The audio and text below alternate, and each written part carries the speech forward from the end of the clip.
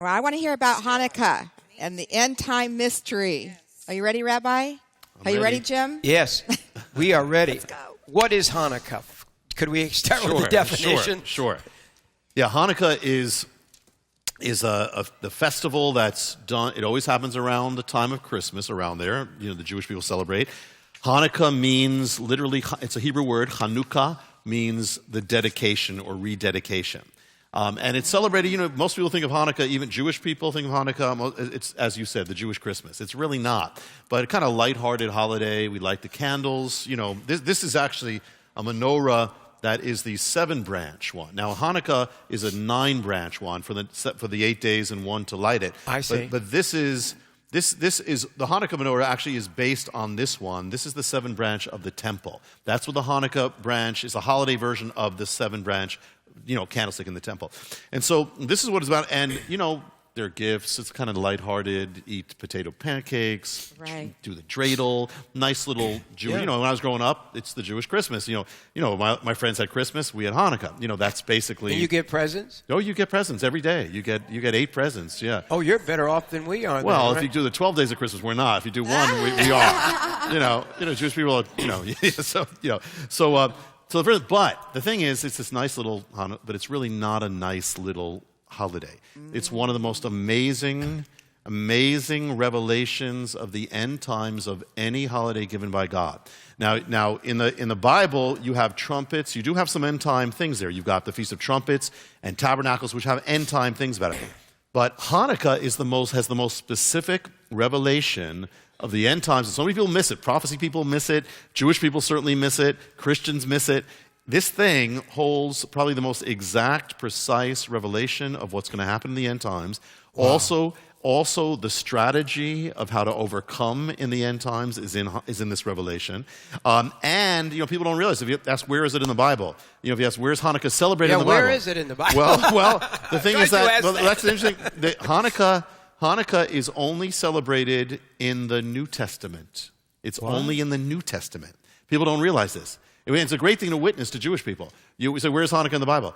It's prophesied in the Old Testament. Daniel prophesies of it, but it doesn't happen. It happens in the middle of the Old and New Testament.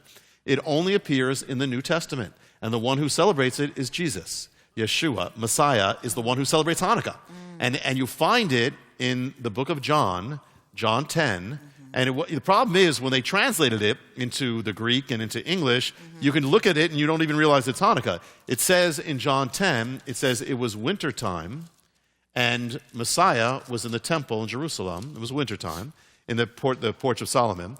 It says, and it was the feast of dedication. Oh. Dedication is how we read it, so nobody knows. Dedication in Hebrew is Hanukkah. Oh, it's Hanukkah. So the one who celebrates, the only one in the Bible who celebrates Hanukkah is Jesus. Jesus, the one that centers on Christmas. We don't know that he celebrated Christmas, but he celebrated Hanukkah. So the one who, you know, so there's a connection right there. Oh, and that's a great thing. Again, a witnessing tool to Jewish people. Do you know where Hanukkah is in the Bible? New Testament. It's John 10. Messiah celebrates Hanukkah, and as he does, and that's when he's revealing, I am the one. I mean, right there, he gives a Hanukkah speech, and the thing about it is, the other connection is that without Hanukkah, you would not have Christmas.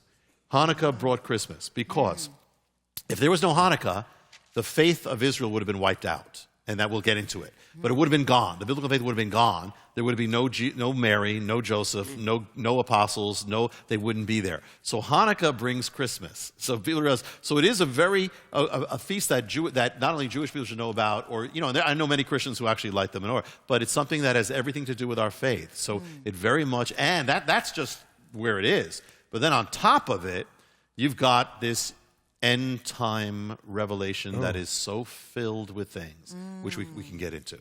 I want to do that. Yeah. Can we do it now? Yes, we could do it now. I want to know. Yeah. I'm an end time preacher, I guess. I don't know.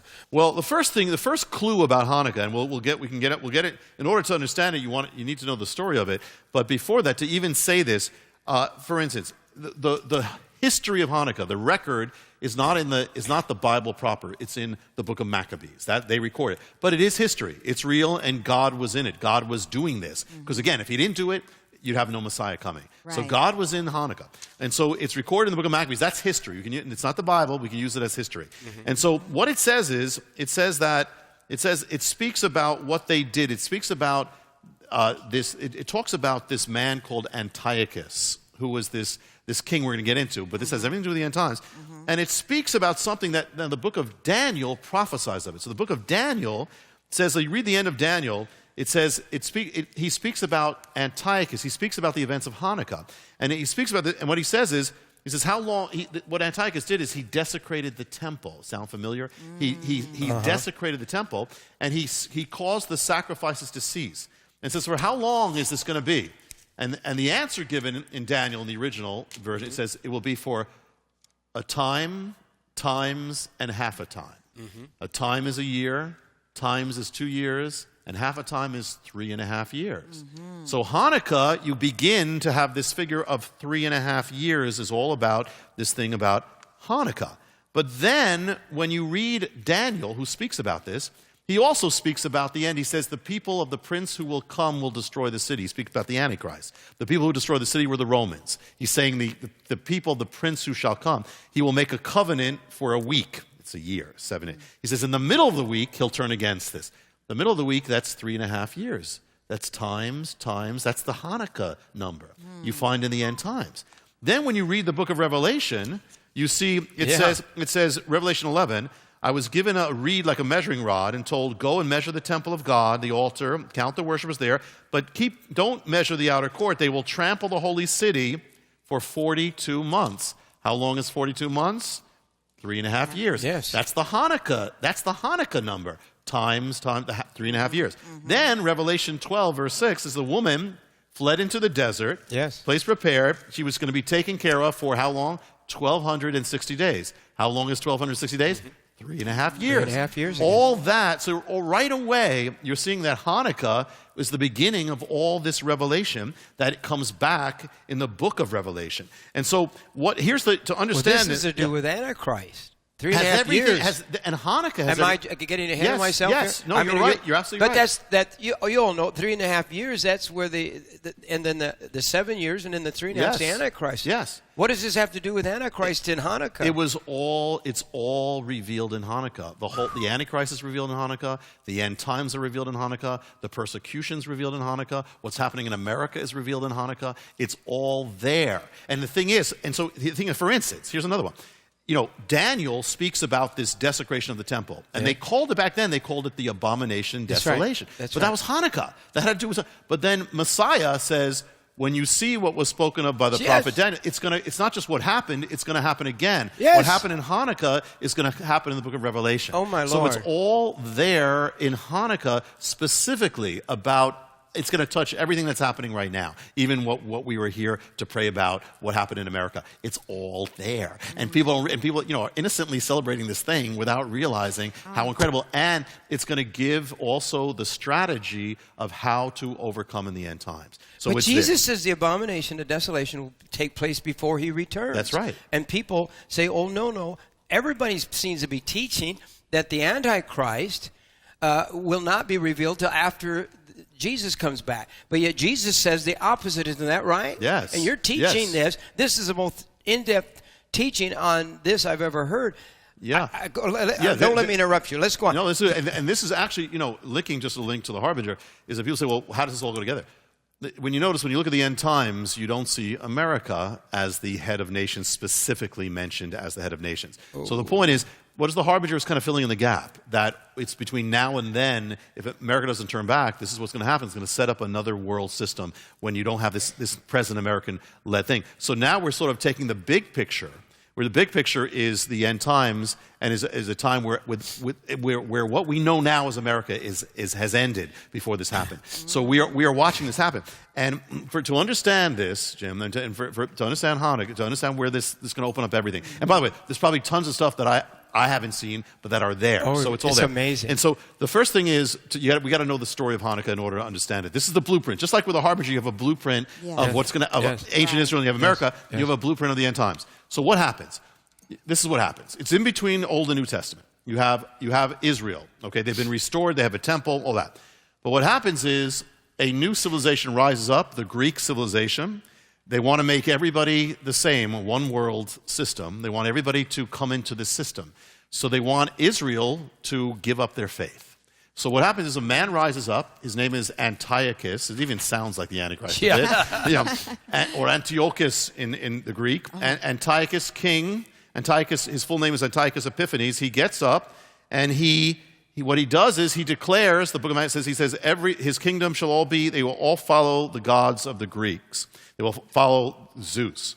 And he says every nation must give up its tradition, give up its gods, give up whatever it have, and they will all come into this. Well, people start doing it all over the kingdom to become this one world system. And what happens is, there's one people who cause a problem. There's one people who just don't fit into the system, always. They never fit in. And guess which people that is? Israel. They just never fit in. And so always a problem. So he says, you know what? I'm going to wipe them. I'm going to wipe out this faith. And if he did this is the enemy, because the enemy knows that Jesus is coming. If he can wipe this out, he tries to wipe it out. Then he tries, just like a little tangent, same thing when Israel was going to come back as a nation in 1948 and all the prophecies are going to be fulfilled, guess what the enemy does? He raises up Hitler to try to destroy Israel. Because if he does it, he stopped all the prophecies. So that's why it's so satanic. Well, even before Messiah comes this. It's an attempt to destroy the faith of Israel, make everybody apostatize. So he puts the laws. What he does, he goes into the temple, into the holy place, and he sets up an idol in the temple. Does that sound familiar? He sets up an image in the temple, and he slaughters a pig in the temple to desecrate the temple. So it is called the abomination desolation. It makes the holy place desolate. And so for for this time period, he abolishes all sacrifices to God, and the temple becomes a pagan temple, the temple of God. A pig is a very unclean animal in Bible days. Yes. Old Testament. Still, yes. Still not very clean. Sorry, you pig farmers. Don't get mad at us. But they really, and so it was an abomination that bring a pig. Yes. It's so opposite of a lamb. Exactly. Because the spirit, and we're going to get into it, because we're going to get into the spirit of the Antichrist. People look for the Antichrist, which is, one thing, but the point is people don't realize the bigger picture. The spirit of the Antichrist is already working and already affecting our lives as we get closer. And that's revealed in Hanukkah. So what happens is, so he desecrates it. The temple of God, the holy temple, becomes a pagan temple. It becomes a desecrated, unholy, the house of God. They have pagan celebrations in it. It's darkened. They have sexual immorality in the temple, and it's off limits. No Jewish person can go up there and worship God. Then he says we're going to persecute the people of God. Anybody caught with a Bible or a scroll is going to be killed. And they start burning scrolls, burning Bibles. They say anybody who observes the Sabbath is going to be killed. Anybody who teaches their children in the ways of God will be killed. If we're going to force across Israel, we're going to force people to worship the Greek gods. So they force people to sacrifice, they set up altars all over the land of Israel. And it looks like he's going to wipe out the faith of the Bible. It's going to be gone, in which case we would never be saved. So this is the enemy doing it all over. It looks like he's going to win, and people across Israel start going along with it. This is the time. This is the way the times are going. We better just go along with it. We'll go along with the Greeks. We'll go along with this. We'll walk around naked in the gymnasiums. We'll we'll be like the Greeks because we'll do that. So they start going along with it. Even religious people start going along with this apostasy. All happening. It's going to be wiped out, except that God has a different plan. And from the middle of nowhere, from the hill country of Judea, people who are kind of not in the world system, they're a family called, his name was Matthew or Mattathias, and he has these sons. And he's watching as they're forcing people to sacrifice to this, and he says, I will not do that. And he says, I will never fall away from God. He raises up, he starts a resistance. He heads for the hills because they're going to be persecuted. He and his sons, one is called Judah, or Yehuda, one is called Jonathan, and they are given the name the Maccabees. That's where you get the name Maccabees. And so they go up to the hills. They don't know how to fight. They don't know how to do anything. But they say we're going to resist this. What happens is the Greeks send an army against them, and miraculously the Greeks lose against them. They take the weapons. They didn't have weapons before. They're outmanned.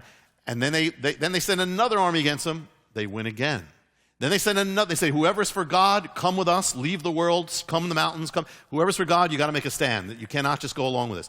People start joining them. Another army comes. Miraculously, they win again. And then they look at they're looking at all the numbers. They say, we're outnumbered. We don't even know how to do this. They say, but with God, it doesn't matter how few we are. It doesn't matter if we're the minority. We're going to win.